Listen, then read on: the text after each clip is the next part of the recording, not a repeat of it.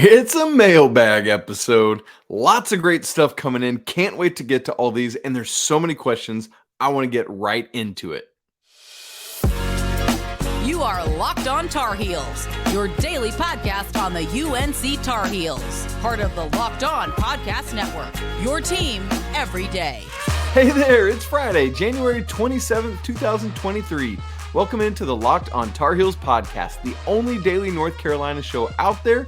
I am your host, Isaac Schade, and I want to thank you for tuning in with us. Today's episode is brought to you by FanDuel Sportsbook, the official sportsbook of Locked On. Make every moment more. Visit FanDuel.com/LockedOn today to get started. Small disclaimer off the top. I'm recording this on Thursday night. Had a small medical procedure early on Thursday, so I'm a little bit loopy, a little bit of pain, but we're good. Hopefully nothing wild comes out of my mouth. Maybe that makes for a more interesting show, but still wanted to make sure to get content out to you today. Mailbag shows, they're always fun. I love it because we get to have conversation back and forth. Got to as many of your questions as I'm going to get to as many of your questions as I can. If I don't get to yours, I apologize. Hit me up somewhere else and I will answer it, or we can get back to it next time we do a mailbag. Speaking of which, would love your feedback on your thought. Do you enjoy mailbag episodes? Clearly, things aren't going well. Do you enjoy mailbag episodes, getting to hear questions from other fans and getting to answer that back and forth? Send me some feedback on that. You could drop it in the comments if you're watching on YouTube. Very quickly before we get to the questions, because I want to shout out the women's basketball team. They won on Thursday night, 72-57 at Pitt. Deja Kelly, 23. Kennedy Todd Williams, 22. Alyssa Utsby, another double-double, 16 and 11. Ladies are 6-3, moving their way up, just 2 games out in the loss column of first place behind Duke and Notre Dame, both of whom they currently hold a tiebreaker over. Next game is on Sunday. Go get it, ladies. All right, here we go, straight into it. This first question comes from our guy Chad Hicks on YouTube, and he says this: could you give us an update on Leaky Black's career stats up through the Syracuse game? So, I've been sending out lots of this thing because Leaky is the only one hitting certain thresholds in Carolina history. So far this season, and then I'll give you career. 7 points per game flat, which is a career high. 147 total points, 61 shy of his career high for a single season. Shooting 42.6% from the field, 30 from three. That's dropped off a little bit lately. 68.3% on free throws. That's dropped off a lot this year as compared to last year. He's got 117 total rebounds, 5.6 per game, which is a new career high. His assists are down, 1.5 assists per game, just 1 turnover a game, 0.7 blocks per game, and a career high 1.6 steals per game. So up in a lot of metrics this year and down in a few other counting stats. For his career, though, I'm just going to give you totals here, not averages, because that's what we've been keeping tabs on. 760 points, 63 made threes, 632 rebounds, 315 assists, 79 blocks, so one shy of hitting that 80 threshold, and 158 steals. So at this point, I would put it this way. Leaky Black is the only Tar Heel in program history with at least 750 points, 60 made threes, 600 rebounds, 300 assists, 75 blocks, and 150 steals. Crazy stuff there. It's in that Danny Green mold, who we're going to talk about in just a little bit. Great question, Chad. Thank you. Next comes from the Nintendo nerd, who we often hear from. Thanks. Good to hear from you as always. Says this: who is your favorite North Carolina basketball player of all time? If you don't have one, and I do, maybe just name like 5 of your favorites. Well, I do have a favorite, and here it is. Unquestionably for me, it's Tyler Hansbrough. Excuse me. I put a little burrow on it there. Tyler Hansbrough. For so many reasons. I've always loved the way he played. He went out after it game after game after game. Didn't complain to referees, just made a play, went on. Clearly his production, through the roof. He loved being a college basketball player, came back for that 4th year, and he didn't have to. And boy, did that pay off. Came back to his 4th year, by the way, after being the consensus national player of the year.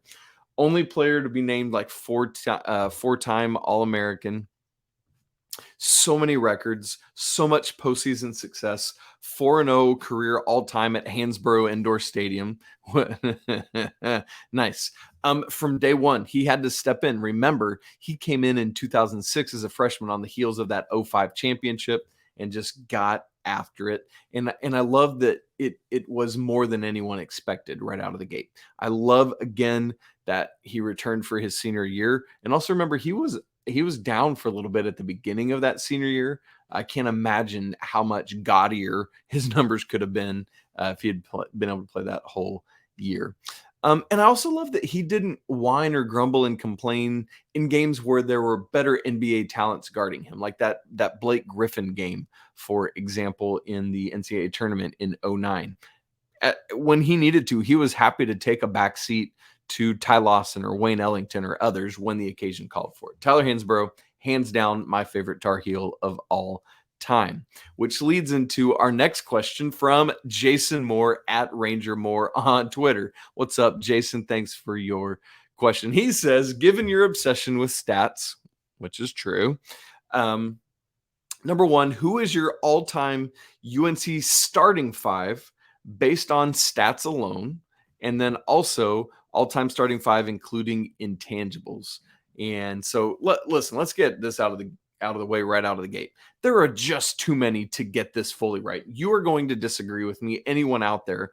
And I'd love to hear other people's starting 5s, right? And so I tried to keep it, since Jason asked for starting 5, I worked to keep it at a legit, this would be a 5-some on the court. So at point guard, at number 1, I went with Phil Ford, right? Second in career points, third in assists. Enough said. That balance of scoring and playmaking for others, come on. Number 2, at the 2 guard, this one might be a little off the path. You might not have gone with him, but I did, is Hubert Davis, because he is 8th in UNC career made 3-pointers, but 5th in percentage on threes based on those who made 10 or more, but the highest of any Tar Heel in career percentage who made 50 or more threes. And by the way, keep in mind, like top 2 or 3 in NBA career 3-point percentage. And so I just want somebody who's both a prolific 3-point shooter and high percentage. Hubert Davis is at the top of that list. And so it's not just recency because he's the coach, like legitimate. I want him at my 2 on this lineup. Who do I want at the 3? He's not really a 3, but stay with me. Michael Jordan, right? Duh, of course. But think about that 3-guard lineup. Phil Ford, Hubert Davis, and Michael Jordan. Are you kidding me with that starting lineup? Love it. And then in the front court, I want T. Hands. We've already talked about him. That wouldn't have worked in this stretch 4 era, although his 3-point shooting was coming along. But I'm just talking about in college. And then at the 5, the guy, Lenny Rosenbluth. He is 4th on Carolina's all-time scoring list, having played just 3 years, 26.9 points per game, undefeated national champion in 56-57 season. And so that is my starting 5 for Carolina based solely on stats alone. And then the one including intangibles, I'm just kind of going guys I'd pick here because it's fun. And my rule was that that I made for myself, they had to be in school at least 2 years. I want Kendall Marshall running the show at the 1, ACC career record for assist to turnover ratio, 2nd in ACC history in assists per game, ACC single season record for assists per game, double figure assist game. I mean, get him and then get a bunch of dudes around him who can just be buckets. I love that. I want Marcus Page at the 2. I just love that dude, and I want to get him a national championship. Just similar to Hansbrough, stepped in, kind of unexpectedly, had to be the starter from day 1 and was going. I just have all this love for Marcus Page. Number 3, Danny Green. If we're talking intangibles, I want him as our 3. Kind of similar to what we said about Leaky, but a couple different types of thresholds. Only Tar Heel with 1,000 points, 500 rebounds, 200 assists, 100 blocks, and 100 steals. One of 3 Tar Heels all time with an NCAA and an NBA champ. And so I love Danny Green. If you're asking me intangibles, give me him at the 3. By the way, the guy for me at the 4 is going to be another one of those only 3 with an NCAA and NBA championship. Obviously, the other is Michael Jordan, who we just talked about. And then the other guy is going to be in our front court, and that's James Worthy. One of 6 ever to win NBA Finals MVP and Final Four Most Outstanding Player. All 6 of these dudes are in the NBA Hall of Fame. The others to do this with James Worthy, listen to this list. Wilt, only need to use one name there. Magic, one name there. Hakeem, Isaiah, and Bill Walton. Come on. That's ridiculous. James Worthy's in our front court. And then the Kangaroo Kid, who Armando Bacot just passed, Billy Cunningham, would love to have him. Only played 3 years. Another one that, man, had he had 4, I can't imagine. 24.8 points per game, 15.4 rebounds per game for Billy Cunningham. NCAA record, 40 consecutive double-doubles. Whew, that would be another fun starting 5. And again, there's multitude other guys we could have on this list. That's who I chose. Would love to hear from all of you in the comments who you'd go with. Last question before we get to our first commercial break. Jake Schwartz on YouTube. What's up, Jake? Wants to know, how did you become a UNC fan? My first memory, I actually didn't go to North Carolina. I don't know if I've ever said that. I went to Milligan College, which is a small liberal arts school in Northeast Tennessee. Really close to East Tennessee State is the closest D1 school there. So my first memory of Carolina is I was spending the night at a buddy's house in 1993 and watched the national championship game. So that's my first Carolina memory. And then in terms of my fandom coming in, I had a basketball coach all growing up who was just a massive UNC guy and really got me addicted to them. And it's just been that ever since. I fell in love with Dean Smith and whom he was as a person and a coach. And I've just been all in. Outside of that, it's all Atlanta teams. I think I've said that before. Braves, Falcons, Hawks, and for a long time, it was Carolina basketball, Georgia Tech football. Because again, growing up in Atlanta, that was just the deal. But that's how it got going. Coming up in a second, got a bunch of great more questions. We're going to get to that in just a second. But first, this episode is brought to you by FanDuel. Oh, the NFL playoffs are here so close this weekend. We're so excited about our new sports betting partner for Locked On because they're the #1 sports book in America, FanDuel. If you're new to FanDuel, even better. They have so many great features that make betting on sports fun and easy. So if you're a new customer, join today and get started with $150 in free bets, guaranteed when you place your first $5 bet. Just sign up at FanDuel.com/locked-on because FanDuel, they've got all your favorite bets from money line, point spreads, player props. You can combine stuff into a parlay, whatever you want to do. It's great. The lines for these conference championship games, Eagles 2.5 over the 49ers, and then the Chiefs 1.5 over the Bengals. All on an app that's safe, secure, and super easy to use. So don't miss out. Place your first $5 bet to get $150 in free bets, win or lose, at FanDuel.com/locked-on. Make every moment more with FanDuel, official sportsbook partner of the NFL. Okay, let's get right back into your questions. Coming up next, Nick XN5 on YouTube says this is getting into some recruiting stuff. Do you think that both Elliot Cadeau and Ian Jackson could reclassify to 2023? Here's how I'll put this. I certainly think that they could, to answer the direct question you asked. And as much has been stated, particularly Elliot Cadeau was very forthcoming with that, saying, hey, I'm great to stay in 2024, but I'd be happy to reclass up to 2023 if the situation called for it. So whether they will is, obviously a different question than could they. And to me, that is going to be really dependent on scholarship availability and need. Why so? Well, you get 13 scholarships per season. Those are 1-year commitments. And so much of this to me is going to be based on what Caleb Love does after the season and what RJ Davis does after the season. And so depending on what those guys do, I think will play a big role on if either or both of Elliot or Ian come to Carolina a season early. Another part of this question for me is how committed is Coach Davis to a 3-guard lineup? If he's super committed and he's going to do that a lot without a traditional 3, so be it. Bring these dudes on. If not, it's going to be a logjam in the backcourt. Think about the personnel you've got right there. Right now, Caleb Love, RJ Davis. Again, waiting to see what they do. My projection, if I had to call it today, Caleb's gone, RJ's back. But then you've also got DeMarco Dunn, Seth Trimble.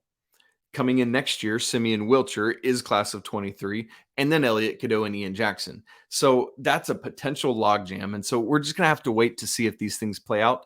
But it's good news to know that if there is a need and if there is space, either or both of Elliot and Ian could reclass. Next question comes from Terry Weeks, which is kind of similar. And he says, it looks as if RJ Davis is playing himself into a possible first-round draft pick. If RJ and Caleb depart this year, does Cadeau reclassify? A 3-guard lineup of Trimble, Cadeau, and Wilcher. Woo, boy, could be quite a trio. Absolutely, they could, Terry. So I've already answered the reclassification side of this, but I do want to hit the RJ side of it. That's why I bring Terry's question in. As much as RJ's play and his production suggests his capability to do things at the next level, even, and we've seen smaller guards such as him, 6'1" guys produce. So based on that, yes, he would be a pick. But unfortunately, because of the size and because of how that projects or doesn't, not only is he not a first-round draft pick right now on draft boards, he's not showing up anywhere on draft boards. The only 2 Tar Heels that are currently showing up on draft boards are Caleb here and there and Armando here and there, and neither of them is a lock. I mean, we're talking from what I'm seeing currently, they are both end of second round potentials. There's no guarantee that they would get picked, and if they did, that it would be second round draft picks. And so I hate that for RJ because, man, skill wise, he should be there. He's just too short. And so we're going to have to wait and see on that. But again, as I just said, projection right now for me is that RJ would be back next season. Next question comes from Cody Hogard, who says, my question for this week is that I believe that Caleb Love is going to get hot, Pete's going to return to form, and Carolina is going to make a run. I think it's important for Caleb to stay hot and get into a good rhythm and get everyone back healthy again. If we do that, I think we could perhaps win the national championship. I wanted your thoughts on this matter. I think one of the biggest things I'd pull out of this is getting healthy.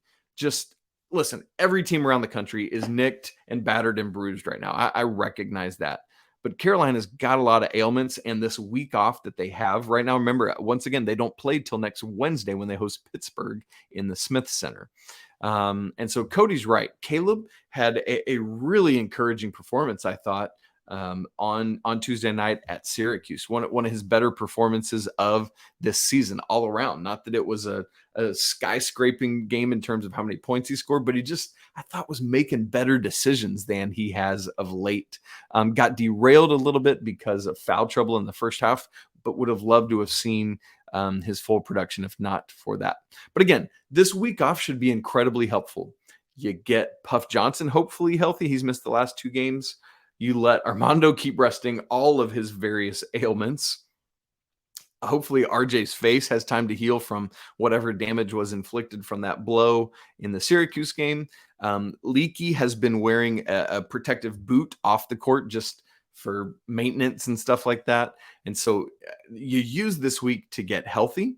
You use this week to get roles defined.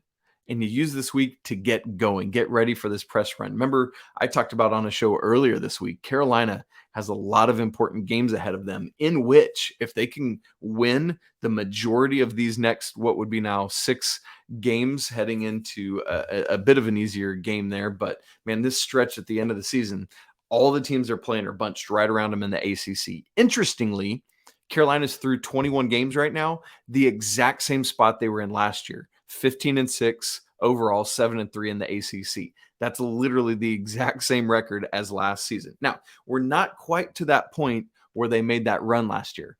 last year, they still had the Pitt loss ahead of them and the Duke home loss ahead of them.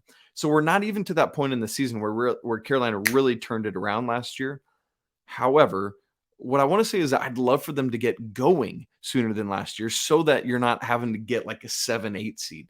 If they could stay going now, I should say, they're on a 4-game winning streak, then you get yourself into a position where maybe you could bump all the way up to like a 4 or 5 seed. I think a 1 or a 2 is probably out of the question, but you could certainly continue improving your seed right now, and Carolina needs to do that.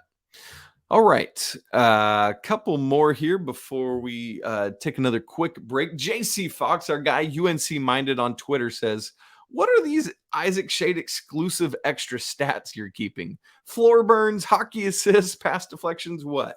Let me give you the main one I've been working on. So here's the derivation of it. Basketball is a game won by scoring more than your opponent. You do that through getting more shots, which you do by finding ways to get more shots through more possessions or hanging on to more possessions. And so I have created a stat I've been kind of developing the last year or two called possessions created and saved, or PCS. So what I'm doing is every game I chart turnovers, steals, offensive rebounds, and blocks, but not just any blocks in which you maintain possession after the block. Or not maintain, but get possession after the block. So let's say Armando blocks somebody and then he gets possession. That is a possession created for the Tar Heels. So I call those possession after blocks, or PABs. So that rewards shot blockers who not only block shots, but do so in a way to help their team. I think that's very important. And so those are the things I'm charting. It's expressed as a plus minus, similar to like a player's plus minus after a game. And it's based on steals plus offensive rebounds plus possession after block minus your turnovers. And so I get a plus minus for each team after a game. And then I combine that and you get like each team's net plus or minus PCS for a game. Now, unfortunately, teams they count blocks, but not who has possession. So I have to go back through and chart that after a game. It's a whole thing. Now, it's been really interesting to watch. It doesn't always reflect who wins or loses because you got to hit shots, right? It's not just about getting possession. It's about taking and making shots. But it does do a nice job of showing how you're helping your team get and maintain extra possessions. So let me just give you the last 6 games. The last 6 games, it has been an indicator of plus or minus, or of winning and losing. Plus 11 in PCS versus Notre Dame, minus 10 at Virginia, plus 9 at Louisville, plus 7 versus BC and NC State, and then plus 9 at Syracuse on Tuesday. So there you go. That's one of the stats that I've been working on. I just haven't publicly rolled it out yet because I'm still trying to figure out exactly what I want it to be. Okay, got some more questions we're going to tackle, 2 or 3 more maybe today, and we'll do that in just a second. All right, next, Francis Caton says, we talk a lot about UNC's non-conference strength of schedule, which it was. While we're not so great in quad 1 wins, we certainly are battle-tested, thinking of those losses. And she lists off several there. Yeah, several of these losses look better every day. Like, for example, the Iowa State one chiefly, right? Iowa State's tied for the lead in the Big 12 right now. So that loss looks better and better all the time. As to what Francis said about the quad 1 losses, Carolina is 1-6 in quad 1. Which is unfortunate. You've only got 1 win in those. It was 2, but the NC State win just slid back to a 2. Thankfully, though, all of Carolina's losses are quad 1. Why is that important? Because the selection committee doesn't just look at who do you beat. They look at who do you lose to. And you don't want to lose bad games. Thankfully, Carolina hasn't done that. Literally all 6 of their losses are in quad 1. They're undefeated in quads 2, 3, and 4. Another thing they take into account is how you did in quads 1 and 2 combined. So when you combine that, Carolina's 5-0 right now in quad 2. So they're 6-6 overall in those first 2 quadrants. That's good. Now, to Francis's other point, Carolina, yes, absolutely battle tested. They have the 14th best non-conference strength of schedule in the nation. The only other Power 5 conference that's up that high is Alabama, who is at 12th. The next closest is Kansas at 40. And so Carolina really set themselves apart in the non-conference strength of schedule to prepare themselves to be really, really battle tested, which is going to pay dividends going forward. Now, Francis next stack asks, basically, let me sum it up. Carolina had this strong non-conference schedule. The ACC schedule isn't deemed by a lot of predictive metrics as strongly, but then you get conferences like the Big 12 that are strong. But it seems like, she says, for example, the penalty in the public eye of Kansas's current 3-game losing streak versus UNC's 4-game losing streak earlier seems different, though the quality of some of those losses are not incomparable. Great point. Do AP voters have a bias towards those teams with early success and later fallibility, or to conference play, or whatever it may be? This is a great question, and here's how I'd answer it.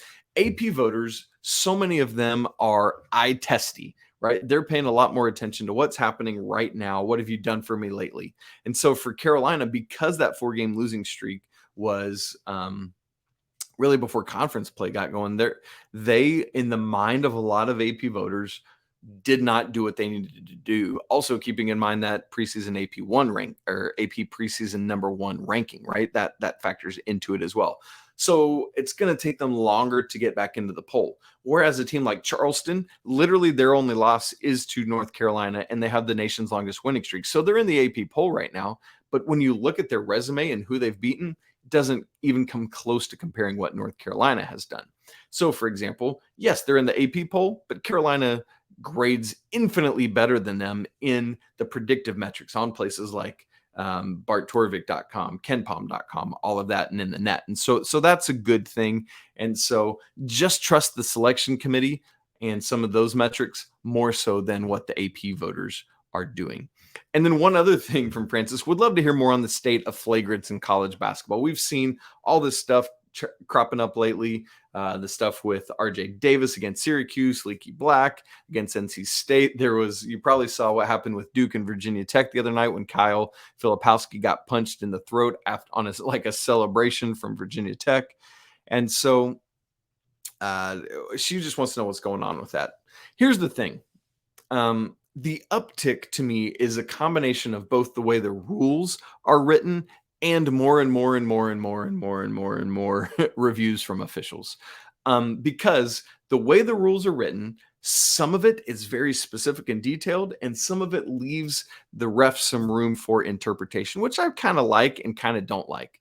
And so I feel like for the most part, the referees have been doing a good job of adjudicating the rules the way they're written. My bigger issue is with the way the rules are written. I wish there could be some changes to that so they weren't forced into some of those things. Like, for example, I said, you heard me after the NC State game, I don't think Leaky Black's foul on Terquavion Smith was flagrant 2 worthy, but it was moved up to that because of the severity of the injury. And I don't think that's fair to Leaky Black or the Tar Heels. If that had been a closer game, that could have been a fatal blow for Carolina. We can't deem that flagrant 2 just because he got hurt after it. We have to deem it based on the play and intent and things like that. And so also with reviews, with refs going to the monitors a lot more, that's part of it as well.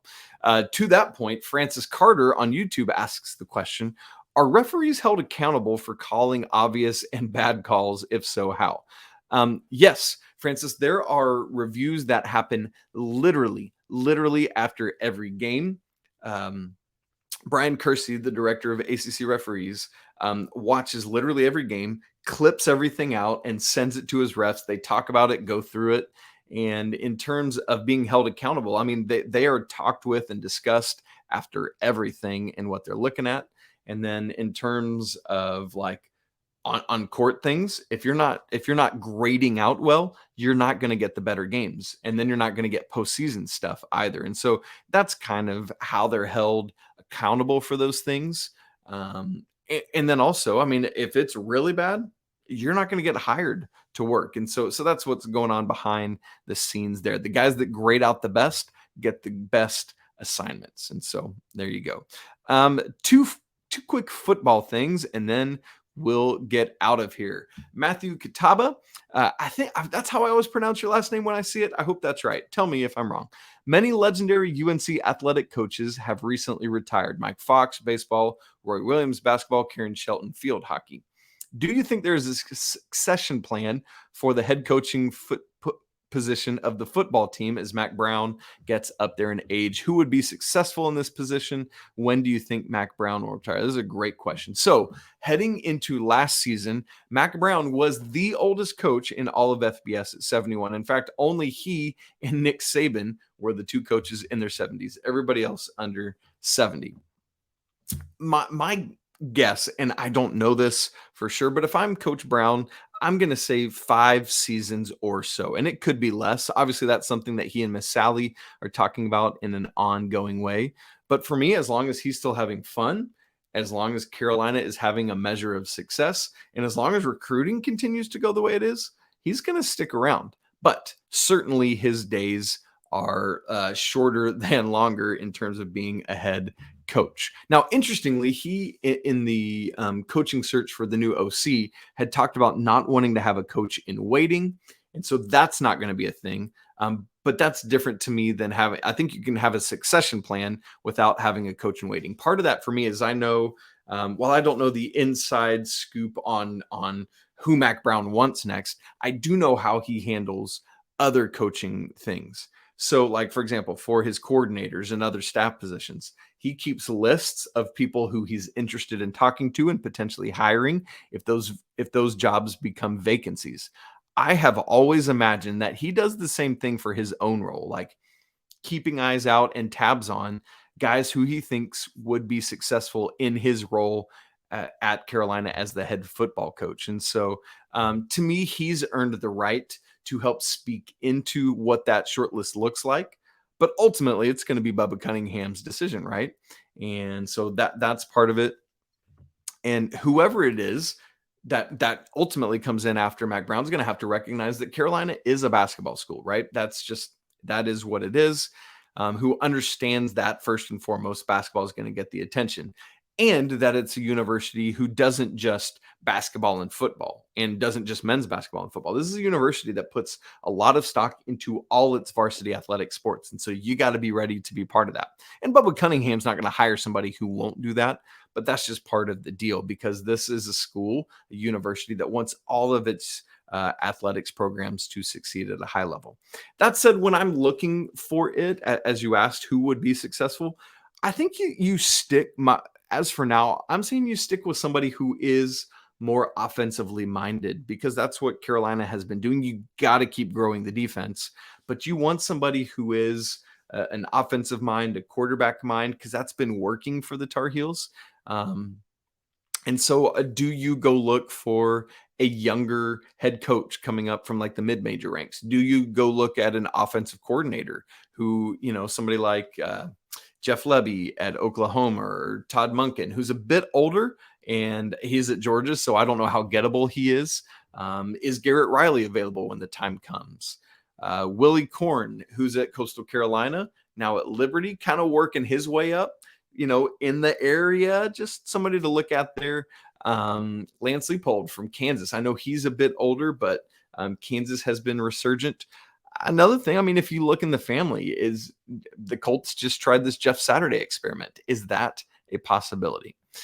I don't know. Lots of names, nothing specific out there. I'm just throwing out some ideas of the type of person whom I think could ultimately be successful. Would love to hear thoughts from all of you out there tuning into the show. Last one, Tar Heels Ron on YouTube says, who will Mack Brown hire to replace Dre Bly? Well, just quickly, at this point, now we know who it is. We don't have to speculate. It's Jason Jones, who comes over from Indiana the last 3 years, has other stops at FAU, Ole Miss, Oklahoma State, Tulsa Rice, and was a GA at Alabama, which is where he played. Lots of great accolades, 20-year vet, has always been a secondary coach of some type, has 6 years of DC experience as well.